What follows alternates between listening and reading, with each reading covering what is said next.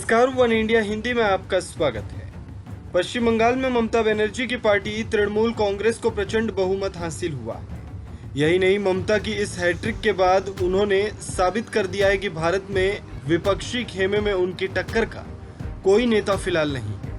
वहीं TMC meeting में भी सभी की सर्वसम्मति से ममता बनर्जी को विधायक दल का नेता चुना गया, जिसके बाद खबर आ रही है कि ममता 5 मई को मुख्यमंत्री पद की शपथ लेंगी।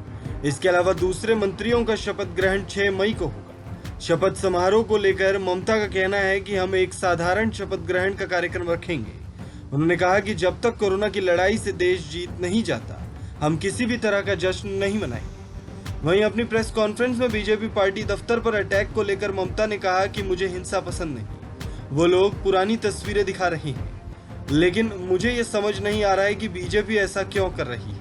उन्होंने आरोप लगाते हुए कहा कि हम जानते हैं कि बीजेपी और केंद्रीय बलों ने हमें परेशान करने में कोई कसर नहीं रखी, लेकिन मैं सभी बंगाल के निवासियों से शांति की अपील करती हूं। ममता ने कहा कि बीजेपी कोई शहंशाह नहीं है। हम 24 घंटे काम करते हैं और अपनी जनता से जुड़े रहते हैं। उन्होंने कहा कि हमने विनाश के रास्ते को रोका है, बंगाल की जनता ने रोका है। ममता ने अपनी जीत का क्रेडिट युवाओं और महिलाओं को दिया।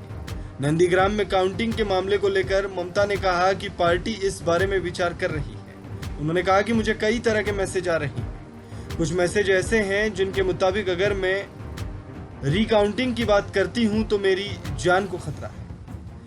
वहीं वैक्सीन को लेकर ममता ने कहा कि हमने केंद्र से 3 करोड़ वैक्सीन की मांग की थी, लेकिन उन्होंने अनुमति नहीं दी। उन्होंने कहा कि केंद्र 2 से 3 राज्यों को अधिक से अधिक वैक्सीन दे रहे हैं। इसके अलावा लेफ्ट को लेकर आने वाले नतीजों पर ममता ने कहा कि उन्होंने बीजेपी का काफी फेवर किया और उनका सुपड़ा साफ हो गया। इस खबर में फिलहाल इतना है। तमाम अपडेट्स के लिए बने रहिए वन इंडिया हिंदी के साथ।